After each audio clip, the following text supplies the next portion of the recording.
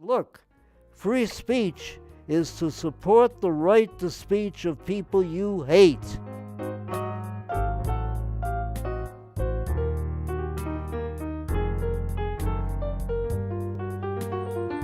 My name is Nat Hentoff. I am 88 and a half years old, and I am a reporter. Sometimes I write books, and my reporting has essentially been for well over 60 years, in large part about how to keep this country what it's supposed to be, a self-governing republic. I was in the chambers of Justice William Brennan. He was a determined upholder and fighter for the whole of the Constitution. And for some reason, I asked him a kind of a schoolboy question. In the first 10 amendments, what's your favorite? Instantly, he said, the First Amendment. From that, all of our other liberties flow. Now, how many Americans would answer it that way? How many students would? I don't know how many of these students know, and this really struck me when I was a kid. 7 years after the first part of the Constitution was agreed to, the president, not George Washington, but his successor, John Adams, got Congress to pass a bill that, and I will read you the text because it's still unbelievable to me, the Alien and Sedition Act made it a crime for American citizens, now dig this, to print, utter, or publish any false, scandalous, and malicious writing, unquote, about the government. 7 years after the first part of the Constitution? Well, that tells you, or it should tell you, in view of the history afterwards, it's very hard to keep us who we are. And without exaggeration, where we are now is the most perilous time we've ever been in.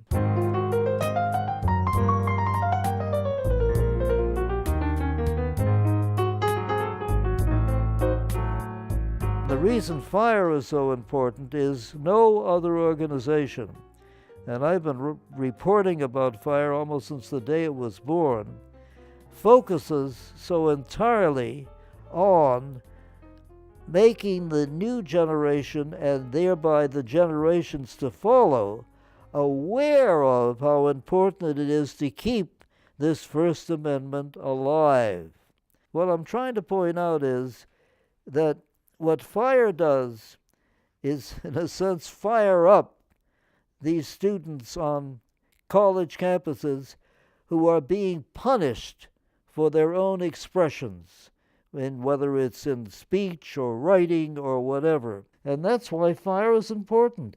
They enable students who care about it because they themselves are being individually hurt. That's a good way to start caring about something. Their speech has put them in trouble, sometimes in a lot of trouble. And by the way, FIRE does this not only for students, but for faculty members all across the board. You could be religious, anti-religious, Republican, Democrat, no party. It's all across the board. There's no organization like that. I get a list, as a lot of reporters who do this sort of stuff do, of the cases, and almost invariably no other organization even knows about these cases. And FIRE comes in, and because of the power of their knowledge of the law and history, and the fact that they get their students so galvanized to organize around free speech, that's terribly important. They usually win.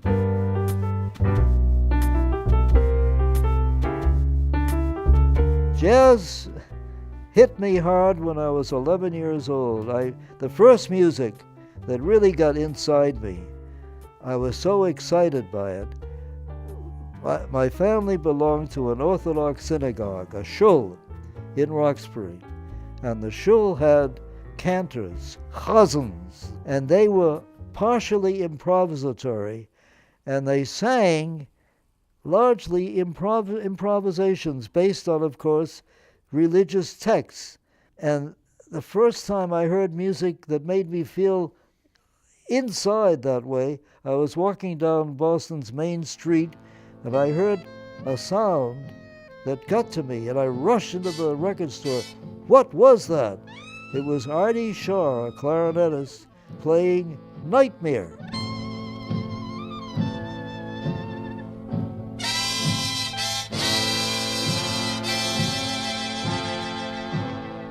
One of my favorite stories is the really extraordinary drummer and leader, Max Roach. He said to me, you know, you write a lot about the Constitution. What do you think we do? What we do in jazz, we are individual voices, right? Have to be. And we come together, and that voice is different and sometimes larger than the sum of the parts. Isn't that what you're talking about? And that to me was a perfectly organic link between jazz and who we are as a people.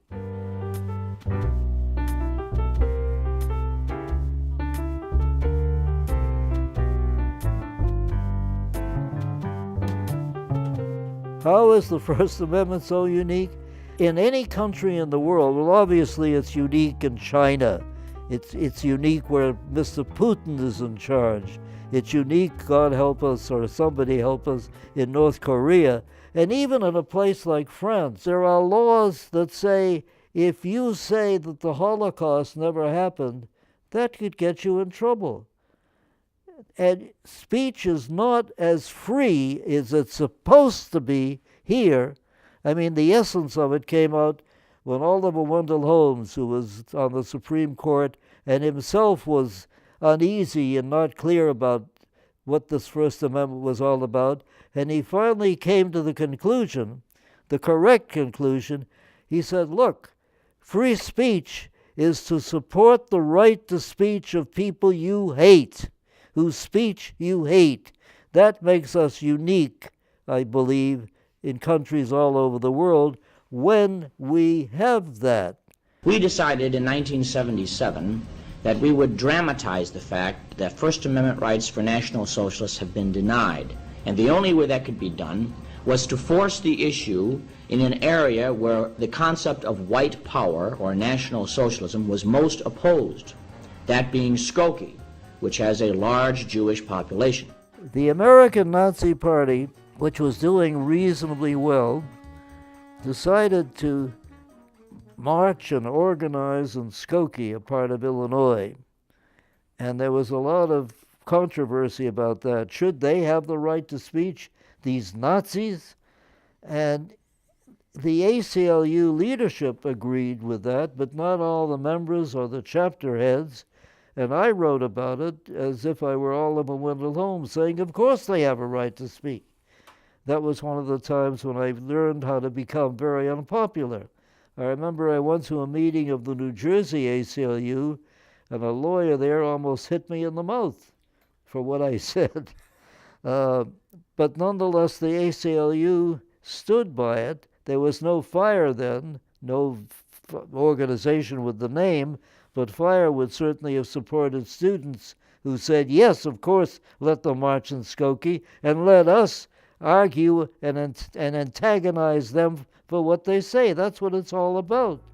Hey, what's going on? Those bums won their court case, so they're marching today. What bums? The fucking Nazi party. Illinois Nazis. I hate Illinois Nazis.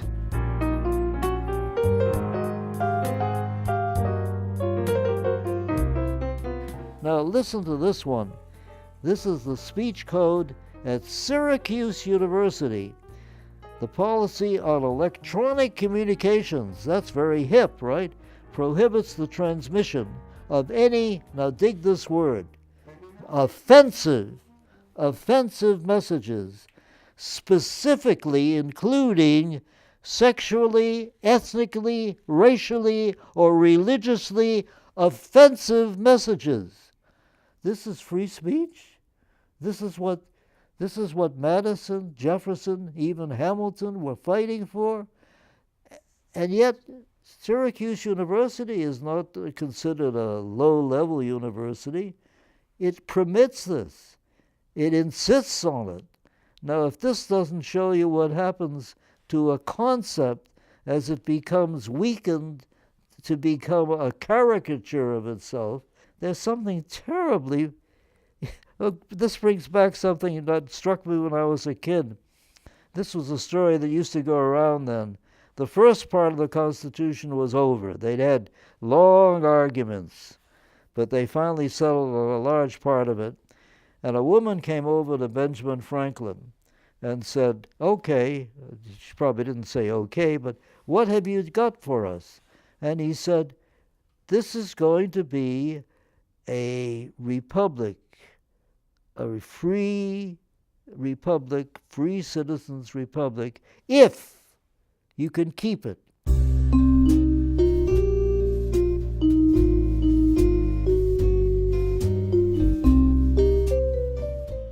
You would think you'd get people going out and committing civil disobedience.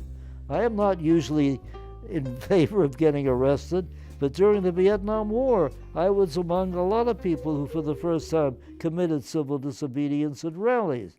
There are no such rallies anymore. You don't necessarily have to have it, but you have to have the understanding and the anger of what's going on. We don't have that now when we have the most dictatorial president we have ever had. And to add a little touch of bizarre to this, he was the guy who taught the Constitution at the University of Chicago. I think those kids should get part of their tuition back. I don't know whom I'd vote for. I'm willing to vote for, so I've written this. I would write in the name of Edward Snowden, who has been so helpful to letting us know what the government is doing to us rather than for us. And I think I will write in his name, thereby antagonizing a lot of other people, even more so.